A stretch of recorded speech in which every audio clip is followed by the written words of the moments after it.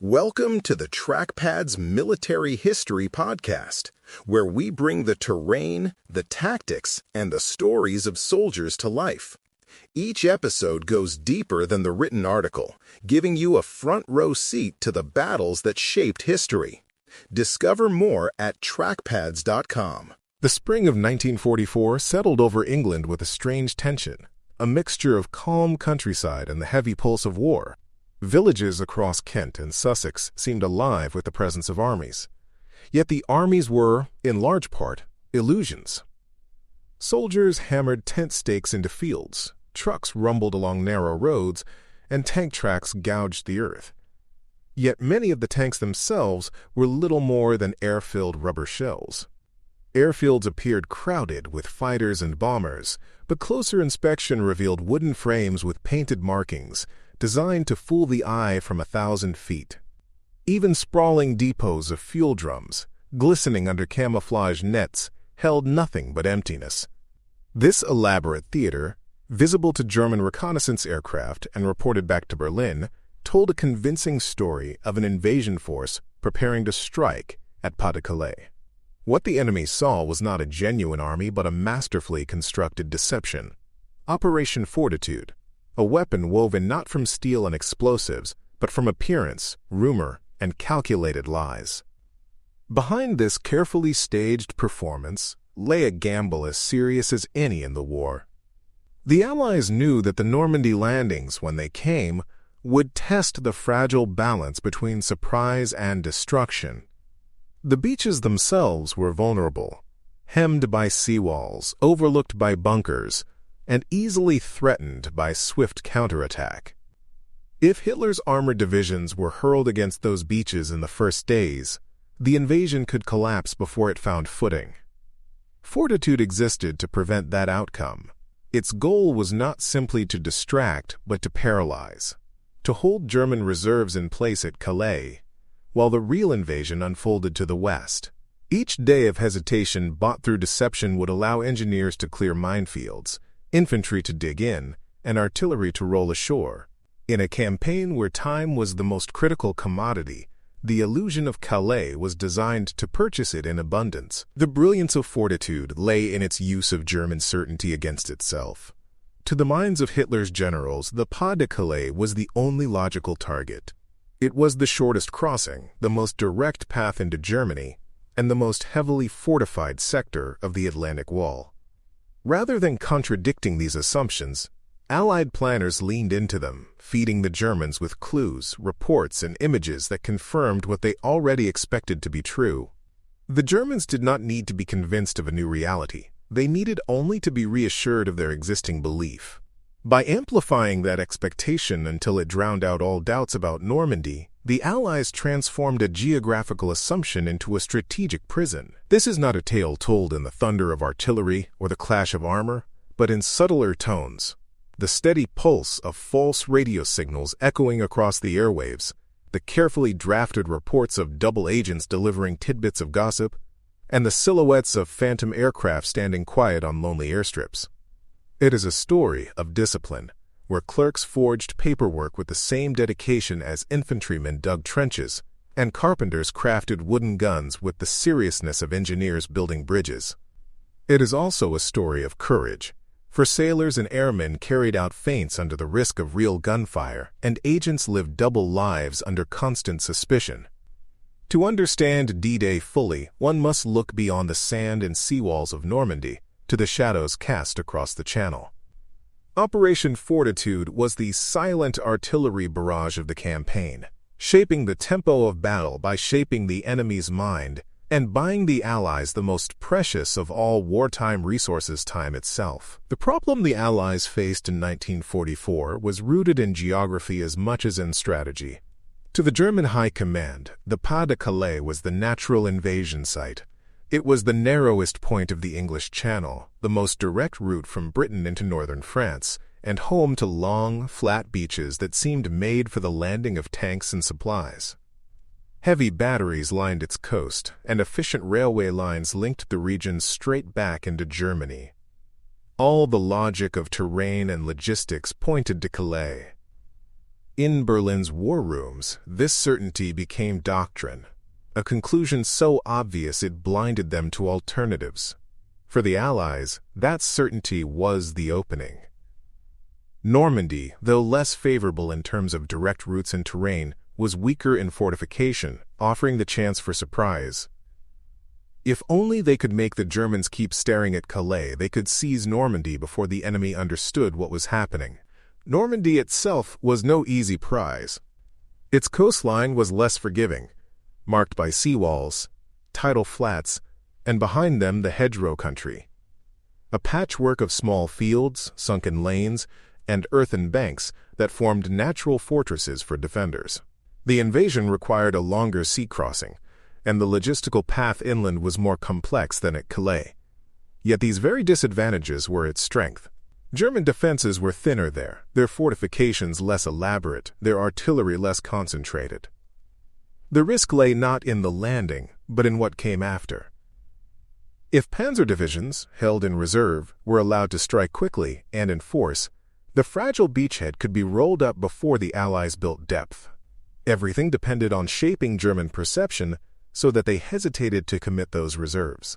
The Allies had to make Normandy appear as the feint and Calais as the inevitable blow. That task was complicated by the fractured nature of German command. Hitler retained personal authority over the release of armored reserves, creating a bottleneck that slowed response. Beneath him, Field Marshal Gerd von Rundstedt and Field Marshal Erwin Rommel clashed over doctrine. Rundstedt favored holding armor back to deliver a crushing counterstroke once the true invasion site was revealed. Rommel, by contrast, argued for placing reserves close to the coast, to smash landings before they could gather strength. The tension between these schools of thought created fertile ground for deception. If the Germans believed Calais was the main target, Rundstedt's logic would prevail, delaying the release of reserves to Normandy. If Rommel's urgency was diluted by Hitler's indecision, precious days would be lost. Fortitude aimed to amplify these disagreements, ensuring paralysis rather than swift reaction. The Allies also possessed a secret advantage that turned deception into an art of feedback. Through Ultra, they read intercepted German signals and could see in near real time what Berlin believed. This meant Fortitude was never static. It evolved like a dialogue. When double agents reported troop concentrations in Kent, Ultra confirmed German analysts accepted the story. When doubts arose about Normandy, deception planners responded with new signals, false convoys, or fresh gossip to reinforce the Calais narrative. It was a rare luxury in war to watch the enemy's thought process unfold and adjust accordingly. Geography created the problem, but intelligence provided the lever. By weaponizing terrain certainty and harnessing command friction, Fortitude transformed German logic into German paralysis. The stakes could not have been higher. Without Fortitude, German armored divisions might have been unleashed within hours of the landings, rolling across open fields to strike men still wading through surf and sand. Instead, those divisions lingered under orders to wait. Their commanders told the real battle was still to come. Every moment of hesitation was a gift to the Allies' time to clear obstacles, move supplies, and dig defenses. The problem Fortitude had to solve was not just convincing the Germans of a lie. It was giving the truth in Normandy the chance to harden into something immovable. In that sense, the deception was not an accessory to D-Day. It was the invisible shield that made D-Day possible. The creation of the first U.S. Army Group, or FUSAG, was perhaps the boldest stroke of the entire deception. On paper, it was a formidable force, complete with divisions, corps, and support units, all neatly charted on organizational diagrams and referenced in forged paperwork. Headquarters circulated orders, drafted reports, and even maintained files on units that had no flesh-and-blood soldiers. To German intelligence, the paperwork was indistinguishable from reality. The Phantom Army had an administrative heartbeat, and that heartbeat resonated across the channel in signals traffic, aerial reconnaissance photos, and agent reports. It was a conjuring act conducted not by magicians, but by staff officers, clerks, and signalers who knew that every forged requisition or scripted radio message might one day be weighed against Allied lives on a French beach. If the paperwork gave FUSAG substance, General George S. Patton gave it soul. To the Germans, Patton was the embodiment of American aggression, a commander who had smashed through North Africa and Sicily with an energy that bordered on reckless. When they learned he had been given command of the supposed army massing near Dover, it confirmed their expectations. Allied planners knew this and made him visible at just the right times, inspecting troops, delivering speeches, or touring airfields. Each appearance was carefully calculated, designed to be seen, heard, or whispered about. Patton himself became a weapon, his reputation radiating credibility over an army that did not exist. To Berlin, the logic was inescapable. Where Patton was, the main blow must follow. But paper and personality were only part of the illusion. Soldiers of camouflage units and engineers set to work creating the physical fabric of the deception. Inflatable tanks, crafted of rubber and canvas, were positioned under camouflage nets where German reconnaissance planes could not miss them. Wooden aircraft were built with such care that from a distance they cast shadows indistinguishable from real machines. Dummy landing craft dotted harbors, their profiles convincing enough to suggest entire fleets. Even fuel pipelines were assembled in fields, their painted lengths coiled convincingly beside false pumping stations. Each artifact was designed not to withstand close inspection, but to be glimpsed from afar, filed into enemy intelligence reports, and folded into the larger narrative. The craftsmanship was extraordinary, and it transformed Kent and Sussex into a stage where appearance was as valuable as reality. Supporting these illusions was a theater of logistics. Convoys of vehicles rumbled along roads on carefully planned circuits to create traffic patterns consistent with massing divisions.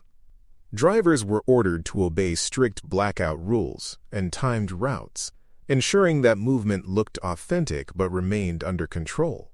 Supply depots were erected with meticulous attention to aerial visibility, rows of tents, stacks of crates, and fields of fuel drums aligned in ways that would photograph convincingly. Road intersections were managed with the precision of stagecraft, soldiers ensuring tire marks accumulated in the right places. From above, it all looked like an army on the move. For the men tasked with maintaining the illusion, it was an odd war driving in circles, hammering together props and painting shadows. Yet the weight of their labor was real. Each convincing sign meant another day of German hesitation, another chance for the real invasion force to carve its foothold into Normandy. Life in this landscape of illusions created a curious atmosphere for the soldiers stationed there. They trained as usual, but often their exercises were more performance than preparation. Infantry drilled beside dummy tanks and mechanics serviced aircraft that could never fly. Conversations were staged in public houses, where German agents might listen, and local civilians became unknowing actors in the grand play. It was soldiering of a peculiar sort, one that required patience, craftsmanship, and an unusual awareness of being observed. For many, the strangest part of the deception was the knowledge that their daily routine mundane tasks like driving, hammering, or gossiping was shaping the enemy's perception of reality. In the grand chessboard of war, they were pawns who disguised themselves as queens, and their success was measured not in territory gained, but in illusions sustained. The true heart of Fortitude lay not only in inflatable tanks and dummy airfields, but in the whispered network of agents and signals that made the illusion breathe. At the center of this system was Britain's XX Committee, which had painstakingly turned captured or willing German spies into double agents. Their greatest asset was Juan Pujol Garcia, codenamed Garbo, who spun an entire web of fictitious sub-agents across Britain. To Berlin, his reports read as authentic mundane details about weather, troop movements, and soldier complaints, woven together with just enough errors to appear genuine. Each small lie reinforced a larger fiction, that the Allies were massing for a strike at Calais. Garbo's credibility became a linchpin of the deception, his steady stream of letters and radio messages confirming what German analysts already believed. Radio discipline gave the Phantom Army its pulse. Specialist units maintained elaborate wireless networks, generating the chatter of a formation that did not exist. Operators followed scripts with the precision of actors, simulating the rhythms of an army on the march, supply requests, weather updates, and minor miscommunications. These details mattered because they reflected the reality of military life. An authentic army never operated seamlessly. German signals intelligence listened, logged, and charted this artificial heartbeat, seeing in the volume and cadence the unmistakable signs of a large force preparing for action. What they could not see was that the messages came from a handful of operators in isolated huts, carefully following pre-planned schedules. Fortitude also exploited the bureaucratic habits of military organizations. Deception units created paperwork trails, supply manifests, training orders, casualty lists. That painted a picture of life within FUSAG. Some of these documents were allowed to leak through diplomatic channels or neutral intermediaries, feeding tidbits to Berlin that aligned with the larger narrative. To German analysts who thrived on reconciling multiple sources, the consistency was compelling. Every report, every photograph, every intercepted message reinforced the same conclusion. A powerful army stood ready opposite Calais. The more evidence accumulated, the harder it became to question. Bureaucracy itself became a weapon, suffocating doubt beneath a mountain of administrative detail. What made this whisper web so effective was the feedback loop provided by Ultra. By reading German communications, the Allies could see how their lies were being received. If Berlin showed skepticism about Normandy, deception planners responded with fresh reports or additional wireless traffic to strengthen belief in Calais. If German agents pressed for confirmation, new proof was staged and fed through Garbo or others. This made Fortitude an adaptive operation, constantly adjusting to enemy perceptions. Deception was not static. It was iterative, a dialogue conducted across airwaves and intelligence reports. The Allies weren't simply lying. They were managing the enemy's understanding of reality in real time. For those tasked with carrying out this deception, the work was demanding and oddly anonymous. Radio operators endured long watches, tapping out meaningless chatter with the same focus as men sending real orders. Clerks filled endless pages of forged rosters, manifests, and schedules, knowing they would never leave the filing cabinets except through the eyes of enemy intelligence. Double agents lived precarious lives, balancing loyalty to Britain against the constant risk of exposure by their German handlers. Their contribution would never be marked by medals or parades, but without them, the great illusion could not stand. Together they formed the Whisper Web, a network as intricate as any battlefield formation, whose victories were measured not in captured ground but in stolen time. On the night of the 5th to the 6th of June 1944, the English Channel transformed into a stage for one of history's most elaborate performances. Along carefully plotted routes, flotillas of small motor launches crept forward, their engines thudding softly against the chop. These craft were no invasion fleet, yet their orders carried immense weight. They were to impersonate one. Sailors tossed bundles of metallic foil, known as window, into the night air at exact intervals, creating shimmering clouds that drifted on the wind. To German radar operators watching their Würzburg and Freya screens, those foil clouds reflected signals identical to those of a convoy. Towed reflectors enhanced the illusion, producing steady echoes that seemed to hold formation. For the men in coastal bunkers, the picture was unmistakable. Their scopes bloomed with blips advancing toward Pas de Calais, just as intelligence had predicted for months. What looked like the prelude to invasion was, in truth, little more than strips of foil and a handful of launches playing their part in the grand deception. The mirage extended beyond radar returns.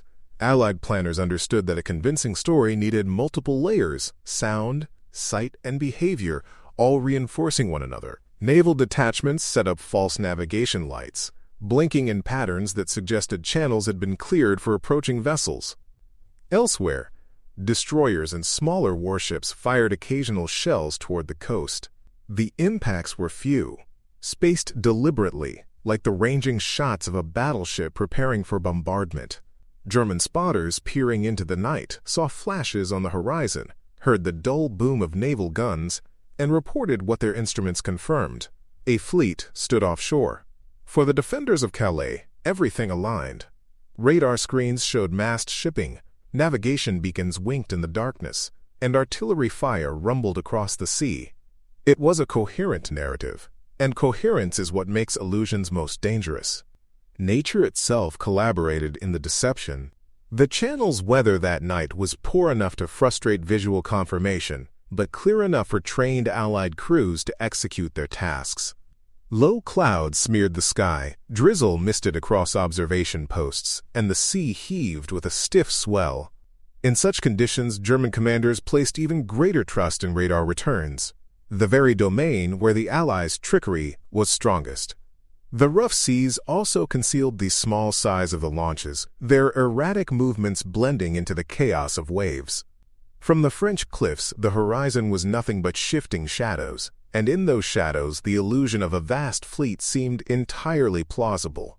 What might have looked suspicious under calm skies instead became credible under the cloak of storm. Fortitude's planners had gambled that marginal weather would strengthen their ruse, and the gamble paid off. The deception was bolstered by months of careful stage setting from the air. Before D-Day, Allied reconnaissance flights had allowed the Germans to capture photographs of dummy landing craft moored in British estuaries, supply dumps swelling near Dover, and busy roads choked with traffic. These images built expectations that on the 6th of June found supposed confirmation in the radar illusions. As bombers flew that night, they dropped additional curtains of window, creating corridors of radar clutter that resembled whole columns of ships moving toward the coast. German analysts, conditioned to see Calais as the focal point of invasion, interpreted the radar picture as proof of what their photographs had already suggested. Each piece of evidence, false though it was, seemed to corroborate the others. This layering of lies, visual, auditory, and electromagnetic, made disbelief harder than belief. For the men who carried out these operations, the experience was both tense and surreal. Sailors steering fragile launches operated within range of powerful coastal guns, knowing a single misstep could expose them to annihilation. Their mission was not to fight but to pretend, holding courses, scattering foil, and flashing beacons that painted them as targets for an invasion that did not exist. Pilots flying chaff runs maintained predictable headings at low altitude, exposing themselves to flak in order to preserve the timing of the illusion. Naval crews who fired ranging shells had to balance aggression with restraint, never escalating enough to invite retaliation, but loud enough to be noticed. These were acts of courage measured in patience and precision rather than violence. By dawn, the dangerous masquerade had succeeded. German commanders remained fixated on Calais, convinced an armada was bearing down on them, even as the real invasion was unfolding far to the southwest. The phantom fleets had achieved their purpose. They bought the Allies time, and with it, the chance to turn Normandy's beaches into a foothold for liberation. When dawn broke on the 6th of June, German situation maps told a story written as much in illusion as in fact. Normandy was aflame with landings, yet across the Channel, radar screens and agent reports still pointed to Calais. The German 15th Army, responsible for guarding the strait, remained poised for the main blow they were certain would follow. Orders from higher headquarters reinforced that belief, instructing units to hold in readiness rather than rush south. The effect was paralysis disguised as caution. Hitler's insistence on personally releasing armored reserves meant that decisions funneled upward through layers of command, each step slowed by the conviction that the real invasion had not yet begun. Every hour that ticked by without action gave Allied engineers time to clear obstacles, establish supply dumps, and push infantry off the sand. Normandy, so fragile in its first moments, began to harden into something more durable, because German certainty anchored their strongest forces to the wrong beaches. The friction inside German command only deepened the paralysis. Field Marshal Rommel argued that only an immediate, violent counterattack could throw the Allies back into the sea. But he was away visiting Germany when the landings began. Rundstedt, by contrast, favored holding reserves inland, waiting to strike only when the Schwerpunkt became clear. Fortitude ensured that clarity never came. German staff officers clung to the belief that Normandy was a diversion, a trap designed to lure their armor too soon. Messages from frontline units reporting the scale of Allied landings were treated as local exaggerations, anomalies to be smoothed out once the true invasion unfolded at Calais. What might have been healthy skepticism turned into dangerous rigidity. In the vital 48 hours after the landings, tanks that could have devastated the beachhead remained idle, while Allied units expanded their lodgements. For the soldiers of the 15th Army, the waiting was its own battle. Tank crews tuned engines daily, ready to drive south at a moment's notice, while infantry drilled embarkation plans for a counteroffensive that never came. Scouts kept watch along the dikes and beaches of Calais, peering across a channel horizon that stubbornly refused to deliver the fleet they had been warned about for months. Their terrain seemed perfectly suited to repel an invasion: wide fields, prepared bunkers, and interlocking gun positions. But in Normandy, the real fight unfolded amid hedgerows and narrow lanes, where German defenders fought with ferocity, yet without the reserves that might have tipped the balance. The soldiers waiting in Calais became spectators, their strength neutralized not by combat, but by deception. To them, the war felt like a cruel trick. They were prepared for a decisive battle, but it never came to their ground. Even when orders finally arrived to release reserves, the delays proved fatal. Allied air supremacy made movement south a gauntlet of destruction. Bridges were destroyed, roads clogged with refugees and supply columns, and fighter-bombers roamed the skies, pouncing on any movement by daylight. Tanks crawled forward in small groups, their strength dissipated before it could be massed. By the time significant German armor reached the Normandy front, the Allies had secured beachheads, linked them together, and seeded the countryside with artillery observers and minefields. What might have been a decisive counterstroke became piecemeal assaults, each beaten back with heavy losses. The opportunity to smash the invasion on the beaches had evaporated in the fog of indecision, sacrificed on the altar of belief in Calais.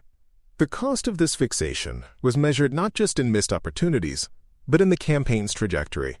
For weeks after D-Day, German high command remained convinced a second, larger landing at Calais was imminent. Even as Allied forces pushed inland, commanders held back formations in the north, reluctant to commit them until the phantom blow fell. This lingering hesitation drained strength from the real battlefield, ensuring that when the Allies launched their breakout at St. Lo and later Operation Cobra, the German defense lacked the reserves it needed. Fortitude had not destroyed a single tank or silenced a single gun, but it had done something just as decisive. It denied the enemy the chance to fight where and when it mattered. In that denial lay the true measure of its success. By mid-June, the results of Fortitude were visible not in what the Germans did, but in what they failed to do.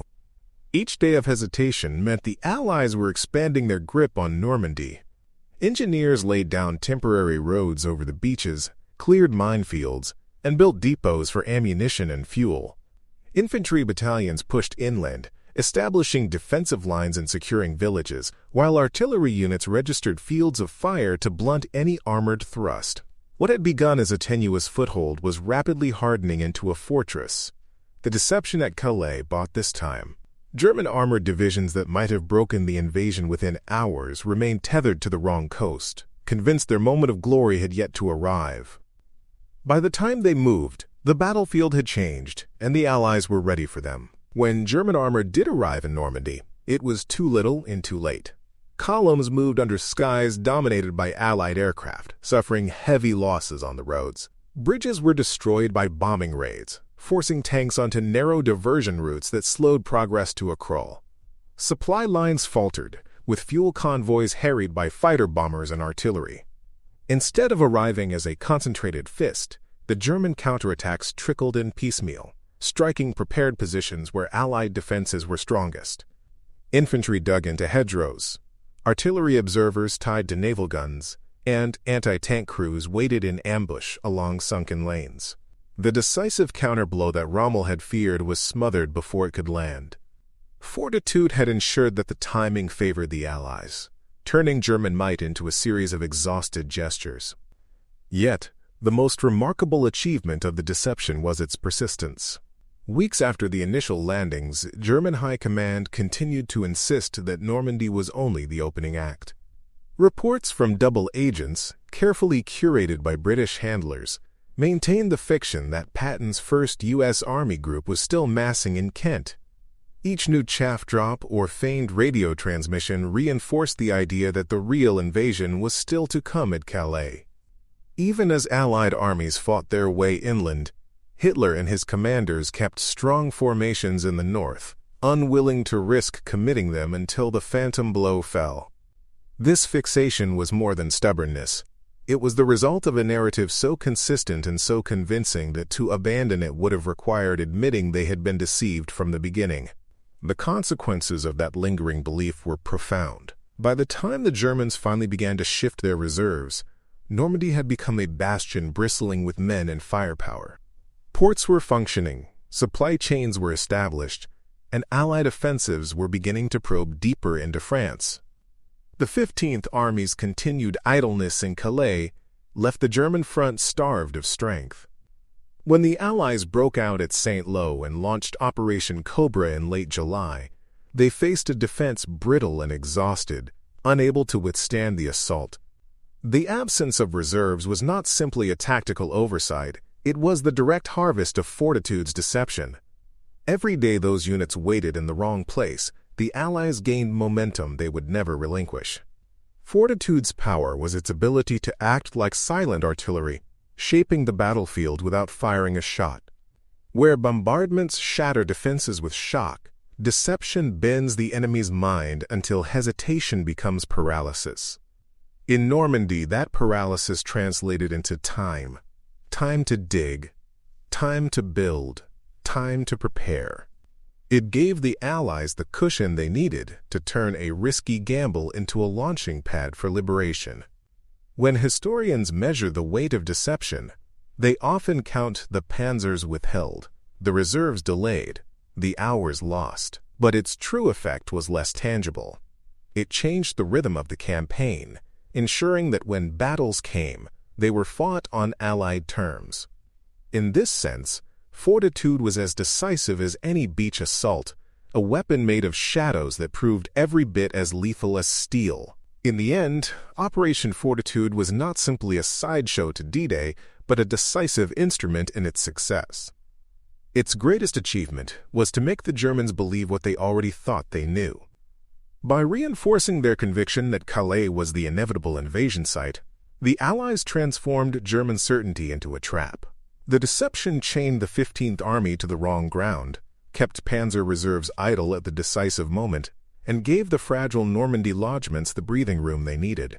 What appeared to German commanders as prudence, waiting for the main blow, was in reality paralysis, engineered by a campaign of shadows. Fortitude's triumph lay in the absence of enemy action when it mattered most. But deception was never without cost or risk. Double agents lived on the edge of exposure, feeding their German handlers just enough truth to remain trusted. Sailors and pilots carrying out radar illusions worked within range of coastal batteries, where discovery could mean annihilation. Radio operators, clerks, and camouflage units labored in obscurity, knowing their contribution would never be measured in captured cities or battlefield glory. Ethical questions hung over the enterprise, too. Lies were carefully sewn into diplomatic channels, and some information was manipulated at the expense of individuals whose safety could not be guaranteed. Yet in the brutal arithmetic of war, these risks and sacrifices bought survival for thousands who might otherwise have been swept away in the surf of Normandy. The enduring lesson of Fortitude is that deception, when executed with discipline and creativity, can wield strategic power equal to armies in the field. Its principles remain timeless. Build your story on the logic of terrain and enemy expectation. Synchronize every element agents, signals, visual cues, so the lie feels seamless, and reinforce it until disbelief becomes more dangerous than belief. The Germans were not fools. They were professionals who saw what their instruments, maps, and agents told them to see. By curating those inputs, the Allies directed German decisions without ever engaging them directly. In so doing, They demonstrated that the battlefield is as much a contest of perception as of firepower. Modern warfare continues to echo Fortitude's example. Today, false electronic signatures, cyber spoofing, and information operations replicate the same principles in digital form. Just as rubber tanks and chaff curtains convinced the Wehrmacht, so too can manipulated data and artificial traffic sway the decisions of 21st century commanders. The tools have changed, but the vulnerabilities of human belief remain constant. Operation Fortitude reminds us that certainty can be the most fragile position of all. In June 1944, that fragility was exploited to win time, and time became victory. It is a legacy of deception, not measured in explosions or blood, but in silence. In the absence of enemy divisions at the beaches where they were most desperately needed. Thank you for joining us on the Trackpads Military History Podcast. If you enjoyed this deep dive into the battlefield, be sure to explore more articles, episodes, and series at trackpads.com.